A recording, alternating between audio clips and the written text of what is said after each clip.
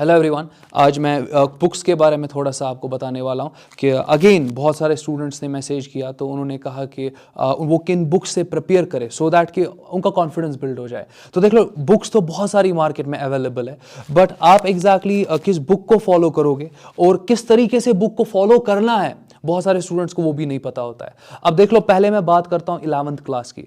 अभी अगर आप 11th क्लास में हो ना, तो आप पहले मैथमेटिकल टूल्स पे बहुत होल्ड लाओ।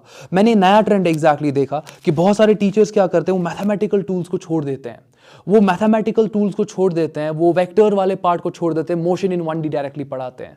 तो वो अगेन प्रॉब्लमेटिक है, क्योंकि अगर आप मोशन इन 1D की बात करते हो, उसमें अगर फॉर एग्जांपल क्वालिटी न्यूमेरिकल्स की बात करते हो, वहां डिफरेंशिएशन यूज होता है, वहां वेक्टर्स यूज होता है। तो आप अगर वही स्किप करवा रहे हो तो एग्जैक्टली स्टूडेंट का बेस जो है ना, वो वहां पे खराब हो जा रहा है। तो अगेन 11th के स्टूडेंट को मैं सिंपली ये रिकमेंड करूंगा कि आप पहले अपना मैथमेटिकल टूल्स बहुत अच्छे से कवर करो। और मैथमेटिकल टूल्स में आपका एक तो कैलकुलस पार्ट आ जाता है और दूसरा आपका वेक्टर पार्ट आ जाता है। इन दोनों पर होल्ड होगा ना, आप देखोगे कि जितने भी क्वेश्चंस आपके एंट्रेंस एग्जामिनेशन में आ जाते हैं ना, वो समवट कैलकुलस और वेक्टर पे डिपेंड करते हैं।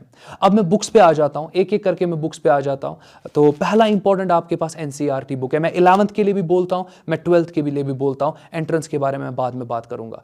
11th क्लास के लिए सबसे इंपॉर्टेंट बुक पहले आपका एनसीईआरटी है।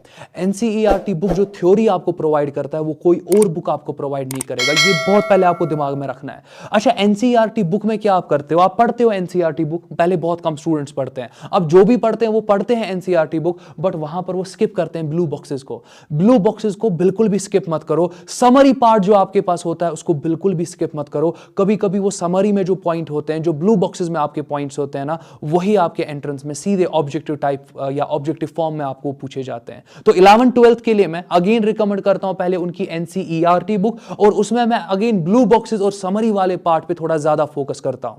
फर्दर अगर मैं और एक पॉइंट कहूं, 11th का जो आपके पास एक्सरसाइज वाला पार्ट होता है ना, तो थोड़ा सा वो एग्जैक्टली डिफिकल्ट है 11th के लिए, बट 12th का जो एक्सरसाइज पार्ट होता है वो इतना डिफिकल्ट नहीं है, आप वो कर सकते हो। तो 12th के स्टूडेंट से मैं सिंपली ये सजेस्ट उनको करूंगा कि आप एग्जैक्टली 12th के एनसीईआरटी एक्सरसाइजेस बहुत अच्छे से सॉल्व करो। तो ये दूसरा पॉइंट हो गया। अगला इंपॉर्टेंट पॉइंट, बहुत सारे स्टूडेंट्स एनसीईआरटी को कोप अप उससे मतलब वो कोप अप नहीं कर पाते उस बुक के पे, उनको समझ में नहीं आता, क्योंकि एनसीईआरटी बुक जो है ना, वो एग्जैक्टली सिंपल फॉर्म में आपको चीजें नहीं समझाती है। तो मैं अगेन आपको बोल सकता हूं कि आप कहीं ना कहीं ट्यूशन वगैरह ले रहे होंगे, आप ऑनलाइन पढ़ रहे होंगे, तो ठीक है, आपने थ्योरी वगैरह समझ ली, फिर आप डायरेक्ट क्वेश्चंस लगाते हो, वो भी मुझे पता है। बट जब आप थ्योरी वगैरह समझते हो अपने ट्यूशंस में या ऑनलाइन जहां पर भी आप पढ़ते हो, फिर उसके बाद आपका काम क्या होगा, आप सिंपली एनसीईआरटी फिंगर टिप्स लाओ। एमटीजी की पब्लिकेशन की है finger tips, NCERT finger tips, exactly वो बुक आपके पास होनी चाहिए। मैं 11th के लिए भी बोल रहा हूं, मैं 12th के लिए भी बोल रहा हूं। आप मेडिकल स्टूडेंट हो, नॉन मेड स्टूडेंट हो, नहीं फर्क पड़ता, एनसीईआरटी फिंगर टिप जो है वो आपके पास होनी चाहिए। क्योंकि अगर आप एनसीईआरटी को अच्छे से फॉलो नहीं कर पाते हो ना, तो आप एनसीईआरटी फिंगर टिप्स को फॉलो करो। मैंने एनसीईआरटी फिंगर टिप्स का बहुत इंपॉर्टेंट पार्ट ये देखा है कि कोई भी ऑब्जेक्टिव जो होता है ना, वो ऑब्जेक्टिव का एग्जैक्टली जो आंसर वगैरह होता है, वो पूरा रिलेटेबल होता है टू योर एनसीईआरटी। तो कहने का मतलब ये है कि अगर फॉर एग्जांपल आपको टीचर, आप सिंपली एक प्रॉब्लम लेके जाते हो टीचर के पास NCERT for example finger tip से, तो आपको लगता है कि ऑप्शन सी आ रहा है, आपको लग रहा है ऑप्शन सी आ रहा है, टीचर को भी लगेगा ऑप्शन सी आ रहा है, मगर वहां पर ऑप्शन बी दिया होगा। पता है क्यों ऑप्शन बी दिया होगा? क्योंकि आपकी एनसीईआरटी बुक पर भी उसी स्टाइल का लिखा होगा। तो बिल्कुल वो पूरा मैप करता है वो आपकी एनसीईआरटी को। अगर फॉर एग्जांपल कोई भी क्वेश्चन आप एनसीईआरटी फिंगर टिप से करोगे, तो आप देखोगे कि उसका जो आंसर होगा वो आपके एनसीईआरटी बुक के साथ मैच कर रहा होगा। तो इसीलिए मैं बोल रहा हूं कि एनसीईआरटी फिंगर टिप्स आपके पास होनी चाहिए, वेदर आप मेडिकल स्टूडेंट हो या नॉन मेडिकल स्टूडेंट हो। अगला इंपॉर्टेंट पॉइंट, अगर आप मेडिकल के लिए प्रिपेयर कर रहे हो, नीट चैंपियन अगेन आपके पास होनी चाहिए। आपने एनसीईआरटी पढ़ा, एनसीईआरटी फिंगर टिप्स आपने एक बार करा, फिर उसके बाद अपने आप को टेस्ट करो। किस बुक से टेस्ट करोगे?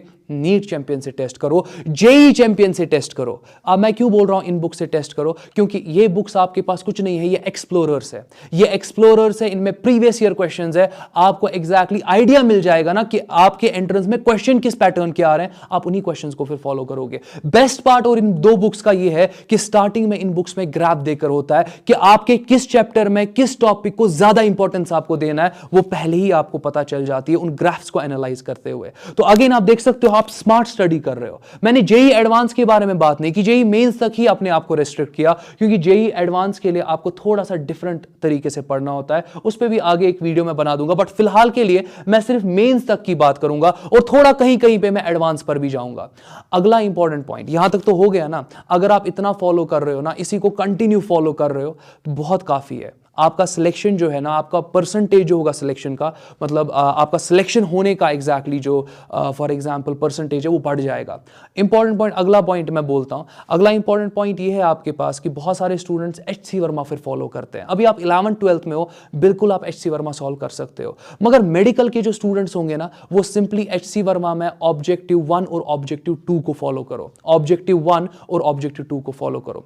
और जो एग्जैक्टली आपके पास, आप जो जेई स्टूडेंट्स, जेई स्टूडेंट्स, आप सिंपली क्या करोगे, आप एग्जैक्टली ऑब्जेक्टिव 1 को भी फॉलो करो, ऑब्जेक्टिव 2 को भी फॉलो करो और आप एक्सरसाइज को भी फॉलो करो। तो अगेन आपको इन चीजों को दिमाग में रखना होगा। तो आप देख सकते हो एचसी वर्मा तक हो गया। अब यहां पर अगेन मैं एक पॉज लूंगा और मैं सिंपली आपको ये कहूंगा कि ये तो आपके पास, मैंने स्टार्ट किया एंट्रेंस से, मतलब पहले से मैं एंट्रेंस बोलते जा रहा हूं। देख लो, जो स्टूडेंट्स पहले हुआ करते थे ना, अराउंड 5 साल 10 साल पहले, अराउंड 10 साल या 8 साल पहले स्टूडेंट्स एग्जैक्टली वो कोशिश करते थे सब्जेक्ट को समझने के। तो सब्जेक्ट को मतलब समझना उनके लिए इंपॉर्टेंट होता था इन कंपैरिजन टू एंट्रेंस का क्वालिफिकेशन होता था। ये बहुत सारे स्टूडेंट्स कभी कभी क्या होते हैं, वो फिजिक्स सब्जेक्ट में ही इंटरेस्टेड हो जाएंगे, फिजिक्स सब्जेक्ट में उनका इंटरेस्ट बहुत लग जाएगा और उनको एग्जैक्टली एंट्रेंस वगैरह दिमाग में रहेगा नहीं, वो ज्यादा फिजिक्स ही पढ़ेंगे और उनका एग्जैक्टली केमिस्ट्री और बाकी सब्जेक्ट्स पे उतना होल्ड नहीं रहेगा और उनको एग्जैक्टली दिमाग में आ जाएगा कि हमें इसी फील्ड में जाना चाहिए। तो अगर मैं यहां पे बात करूं, मैं सिंपली अपने फेवरेट बुक्स की बात करने वाला हूं, जो अगेन आप भी ले सकते हो और आप उनसे पढ़ सकते हो। पहला इंपॉर्टेंट जो एग्जैक्टली मेरा बुक है, जो मैं चाहता हूं कि सब स्टूडेंट्स उससे पढ़े, सिर्फ थ्योरी, कोई क्वेश्चन लगाने की जरूरत नहीं है, कॉन्सेप्ट्स को क्लियर करने के लिए मैं सिंपली वो यूनिवर्सिटी फिजिक्स की बात कर रहा हूं। तो यूनिवर्सिटी फिजिक्स जो है शेयर्स एंड जिमिन्स की, अगेन मेरे जितने भी लेक्चर्स आप सुनोगे वो उसी से फॉर एग्जांपल मतलब आप देखोगे कि मैंने उसी बुक को बहुत ज्यादा फॉलो किया होगा। तो वो बहुत इंपॉर्टेंट बुक है और एग्जैक्टली बहुत अच्छा कॉन्सेप्ट वो आपका बिल्ड करेगी। दूसरा आपके पास रेसनिक हैलिडे वॉकर है, मैं सिर्फ बोल नहीं रहा हूं, आप एग्जैक्टली आगे जाके जो 11th और 12th के लेक्चर्स में अपलोड कर रहा हूं, आपको रियलाइज होगा कि सच में मैं इन्हीं बुक्स को एग्जैक्टली यूज करता हूं और आपके लेक्चर्स उन्हीं से क्राफ्ट करता हूं। तो अगेन मैं और एक बार बोल रहा हूं आपको, एक तो मैंने शेयर्स एंड जिमिन्स की कहा, दूसरा मैंने रेसनिक हैलिडे वॉकर का। अगेन दोनों बुक से बस थ्योरी पढ़ना है, इंपॉर्टेंट पॉइंट पढ़ना है, इनमें कॉशन पॉइंट्स होते हैं, जिन पॉइंट्स पे आपको फोकस करना होता है, क्योंकि बाकी सारे लोग वो गलत करते हैं, बट आप अगर इन बुक से वो पॉइंट सीखोगे ना तो आप सही लगा दोगे चीजों को, आपका कॉन्सेप्ट बहुत स्ट्रांग होगा। तो ये उन स्टूडेंट्स के लिए मैं बात कर रहा हूं जो ना फिजिक्स में एक्सेप्शनली वेल करना चाहते हैं, जो कॉन्सेप्ट को बिल्ड करना चाहते हैं, जिनके दिमाग में उतना ज्यादा एंट्रेंस नहीं होता है, या अगर उनके दिमाग में एंट्रेंस होता भी है मगर वो सब्जेक्ट को अच्छे तरीके से फॉर एग्जांपल पढ़कर फॉर एग्जांपल उसको समझना चाहते हैं और उसका न्यूमेरिकल सॉल्व करना चाहते हैं। लास्ट मेरे पास जो मैंने 3 बुक्स का कहा था, लास्ट मेरे पास एग्जैक्टली आई इरोडो है।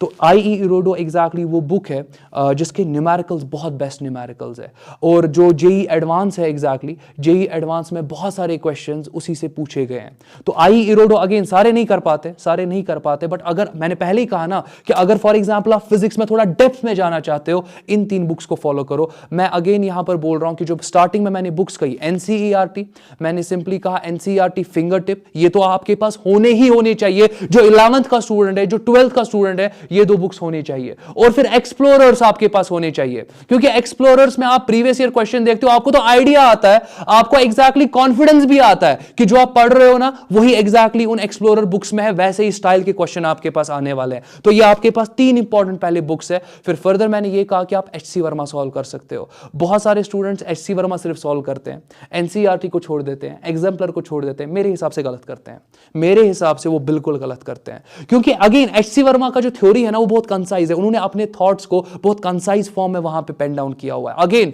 ब्रिलियंट, ब्रिलियंट, क्योंकि बहुत कम वर्ड्स में सारे फिजिक्स को एक्सप्लेन करा हुआ है उनने।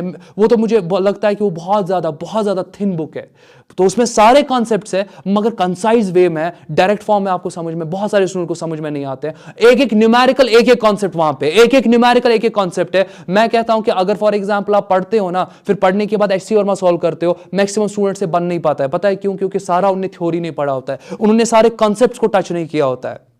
तो इस चीज का आप टेक केयर करोगे। फाइनली अगर आप फिजिक्स में थोड़ा डीप जाना चाहते हो, मैंने पहले ही कहा शेयर्स एंड जिमिंस्की, प्लीज उसका थ्योरी जो है वो थोड़ा पार्ट एग्जैक्टली आप ले लो। शेयर्स एंड जिमिंस्की में जो आपके पास प्रैक्टिकल प्रॉब्लम्स है, प्रैक्टिकल इलस्ट्रेशंस है, डायग्रामेटिकली बहुत अच्छे तरीके से समझा है, बहुत गुड बुक है, बहुत ज्यादा गुड बुक है। और साथ साथ में रेसिनिक हेलिडे वॉकर भी है, तो अगेन वो बुक भी बहुत अच्छी है क्योंकि उस पर इलस्ट्रेशंस बहुत अच्छे हैं। और फाइनली ऑब्जेक्टिव्स के लिए अगर आप ना हाई लेवल ऑब्जेक्टिव करना चाहते हो तो आपके पास आई इरोडो है। मैं आ जाता हूं एंट्रेंस के स्टूडेंट्स के लिए। एंट्रेंस के स्टूडेंट्स से मैं सिंपली ये कहूंगा कि आपने किसी ना किसी बुक को 11th और 12th में फॉलो किया होगा ना, किसी ना किसी बुक से आपने न्यूमेरिकल्स लगाए होंगे ना। आपके मॉड्यूल्स हो सकते हैं, आपके डिफरेंट इंस्टीट्यूट के मॉड्यूल्स होते हैं, मे बी आपने मॉड्यूल्स को सॉल्व किया होगा ना, उन्हीं मॉड्यूल्स को बार बार सॉल्व करो। नया बुक लेने की जरूरत नहीं है। अगर लेट अस सपोज आपने नीट चैंपियन सारा एक बार कर दिया है, ठीक है, आप एंट्रेंस में हो ना, नीट चैंपियन आपने सारा कर दिया है, बिल्कुल सही, आपने नीट चैंपियन पूरा एक बार उसके सारे क्वेश्चंस कर दिए। Let us suppose current electricity में 200 क्वेश्चंस है, आपने 200 को 200 क्वेश्चंस लगा दिए।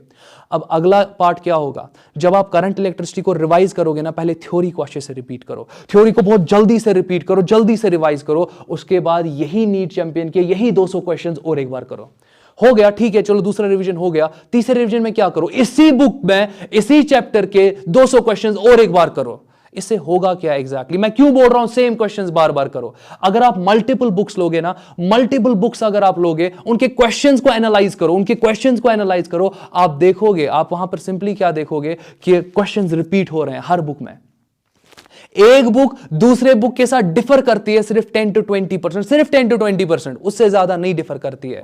तो मैं यही बोल रहा हूं आपको कि आप अगर एक बुक पे फोकस करोगे, उसी को अच्छे तरीके से करोगे, और मॉक टेस्ट अगर आप लोगे, ऑनलाइन आपको मिल जाएंगे अलग इंस्टीट्यूट के, वो मॉक टेस्ट आप लगा दो, आप एग्जैक्टली बहुत अच्छा करोगे एंट्रेंस में। मैं ये नहीं कहूंगा क्वालिफाई कर दोगे, क्वालिफाई करने के लिए स्टूडेंट्स ने 11th 12th में बहुत मेहनत की होती है। आप बहुत सारे वीडियोस यूट्यूब पे देखोगे, वहां लिखा होता है स्ट्रैटेजी फॉर 3 months, 3 महीने में सिलेबस खत्म करेंगे। या आपको वहां पर देखते हो उन वीडियोस पे लिखा होता है कि फॉर एग्जांपल आप 15 दिन में कैसे रिवाइज कर सकते हो, कैसे आप 600 प्लस स्कोर कर सकते हो। वो सारे के सारे वीडियोस नॉनसेंस है, सारे के सारे वीडियोस मेरे हिसाब से नॉनसेंस है। आपको सिर्फ दिमाग में ये रखना है कि आपको हार्ड वर्क करना है। अगर आपने 11th में हार्ड वर्क किया, 12th में हार्ड वर्क किया, देख लो मेरे टाइम पे कोई यूट्यूब तो था नहीं, मेरे टाइम पे एग्जैक्टली था भी तो उतना हम यूज नहीं करते थे ना।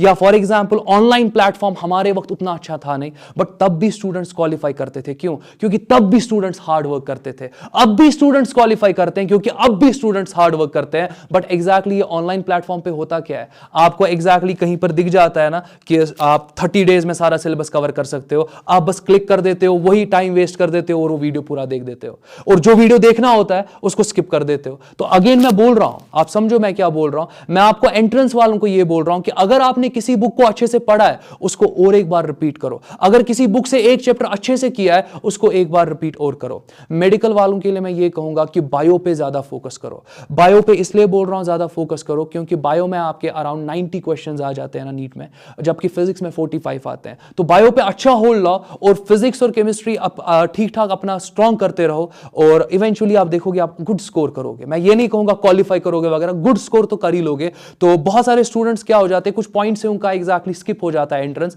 तो वो एग्जैक्टली फिर नए साल में फिर निकाल ही देते हैं। तो बट आपको एग्जैक्टली दिमाग में रखना है। और एक इंपॉर्टेंट पॉइंट, बहुत सारे स्टूडेंट्स क्या होते हैं, उनके दिमाग में होता है बहुत सारा सिलेबस है, कब खत्म कर पाएंगे, कैसे खत्म हो जाएगा, एक भी रिवीजन अभी नहीं हुआ है। तो मैं उनको ये कहूंगा कि अगर आप फॉर एग्जांपल आपका ये पहला अटेम्प्ट है एंट्रेंस में, अगर ये पहला अटेम्प्ट है आपका एंट्रेंस में, और आपको फॉर एग्जांपल आप कॉन्फिडेंट नहीं हो कि आप सारे सिलेबस को कवर कर पाओगे, आप कॉन्फिडेंट नहीं हो कि आपका सिलेक्शन हो जाएगा, तो एक सेकंड अपनी जगह पे वेट करो और सोचो कि आप एग्जैक्टली किन चैप्टर्स पर होल्ड रख रहे हो। जिन चैप्टर्स पर आपका होल्ड होगा ना, उनको रिपीट करो, उनको रिवाइज करो। और फर्दर कुछ ऐसे चैप्टर्स आपके पास होंगे जिन पर आप होल्ड अच्छा ला सकते हो, तो उन पर अच्छा होल्ड लाओ।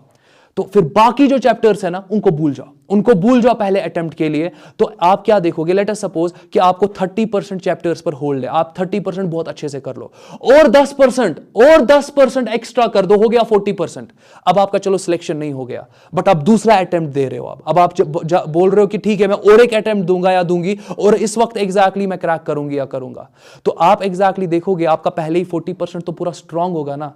तो अगर पहले ही 40% स्ट्रांग है, आप उसको रिपीट करो, और जो कमिंग ईयर होगा जिसमें आपने ड्रॉप लिया होगा, आप उसमें अगेन 30 to 40% और स्ट्रांग कर दो। कितना स्ट्रांग हो गया? 80% स्ट्रांग हो गया। अगर 80% स्ट्रांग हो गया, क्यों नहीं आपकी सिलेक्शन हो सकती है? अगेन क्वेश्चन ज्यादा करना इंपॉर्टेंट है, बट पहले कॉन्सेप्ट को समझना उससे भी ज्यादा इंपॉर्टेंट है। तो कॉन्सेप्ट्स को पहले समझो, फिर क्वेश्चंस एक ही बुक से लगाते जाओ। जो आपने मॉड्यूल किया, जिस बुक से आपने क्वेश्चंस किए, उसी बुक को बार बार फॉलो करो। और जब आप ऐसा कर लोगे ना, फिर अगेन अगर बहुत सारे स्टूडेंट्स ऐसे भी है ना कि जिनको लग रहा होगा कि नहीं इस साल तो हमारा हो नहीं पाएगा, वो एक सेकंड अपनी जगह वेट करो और सोचो कि आपने एग्जैक्टली किन चैप्टर्स पे अभी तक होल्ड लाया, उनको और रिपीट करो, उनको और अच्छे से पढ़ो, और फर्दर 10% या 20% स्ट्रॉन्ग करो। फिर उसी जितना आपने वो 50% किया होगा ना, या 30, 40, 50% जितना आपने कवर किया होगा, एंट्रेंस में उस 40-50% में जितने भी क्वेश्चंस आएंगे ना, वो बहुत अच्छे से आप सॉल्व करो। वहां पे पूरे कॉन्फिडेंस के साथ सॉल्व करो, सच दैट कि अगर आपने पूरे सिलेबस का 50% प्रिपेयर किया होगा ना, वो 50 का 50% आपसे अटेम्प्ट होना चाहिए। तब जाके अगर फिर आप एक ड्रॉप भी लोगे ना, उसमें आप 50 को फिर 80 बना दो, आपका नेक्स्ट ईयर पूरा अच्छे से सिलेक्शन हो जाएगा। Think practically. बहुत सारे स्टूडेंट्स क्या करते हैं, वो ना ये हसल जैसा कुछ चल रहा होता है, सिलेबस खत्म करना है, सिलेबस खत्म कर देते हैं वो, बट फिर एग्जैक्टली उनके स्कोर नहीं बन पाते हैं। मैंने ऐसे भी स्टूडेंट्स देखे हैं जिनने 3 से 4 साल ड्रॉप लिया हुआ है, फिर भी उनका सिलेक्शन नहीं हो पाता है। रीजन यही रहता है कि हर बार वो यही गलती करते हैं कि कंप्लीट सिलेबस करना है। देख लो, पहले में उन्हें 30% किया होता है ना कंप्लीट, फिर अगली बार जब एग्जैक्टली नए सेशन में चले जाते हैं, उसी 30% के पीछे लग जाते हैं। तो थिंक प्रैक्टिकली सोचोगे, फिर बहुत अच्छा कर पाओगे। अगेन अभी टाइम है आपके पास, अपनी जगह पे रुको, देखो कि कितना अभी तक आपने अच्छे से कवर किया है और किस पार्ट को अभी अच्छे से कवर कर सकते हो। प्लीज उस वाले पार्ट पे फोकस करो, बाकी भूल जाओ। मैं गारंटी देता हूं आप फिर एक ड्रॉप भी ले सकते हो, और जो आपने पढ़ा होगा ना वो फिर तब जाया नहीं होगा। बट अगर आपने हसल क्रिएट किया, आप सारा सिलेबस पढ़ रहे हो, बट वहां पर एट द एंड आप कुछ भी क्वेश्चन अटेम्प्ट नहीं कर पाते हो, वैसे भी फेल हो जाओगे, फिर नेक्स्ट ईयर ड्रॉप करोगे तब भी फिर फेल हो जाते हो। तो अगेन आपको अपनी जगह पे सोचना होगा कि आप एग्जैक्टली किस पार्ट में स्ट्रांग हो और किस पार्ट में वीक हो। और लास्ट पॉइंट में यहां पे ये कहूंगा कि जो जेई मेंस के स्टूडेंट है और जो जेई एडवांस के लिए पढ़ना चाहते हैं, उनके लिए सिंगेज का बुक बहुत इंपॉर्टेंट है।